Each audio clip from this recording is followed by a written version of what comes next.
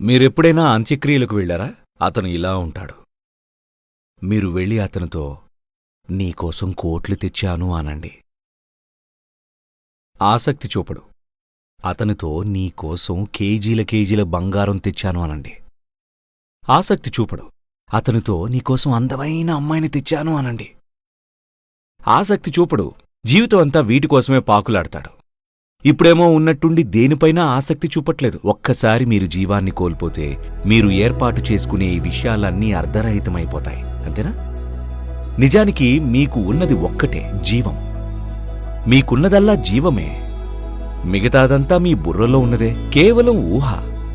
ఈ జీవాన్ని మీరు ఎలా ఉంచుకుంటారు, దీనికి ఎంత విలువ ఇస్తారు, దీంతో ఏం చేస్తారు, ఇదే కదా అతి ముఖ్యమైన విషయం.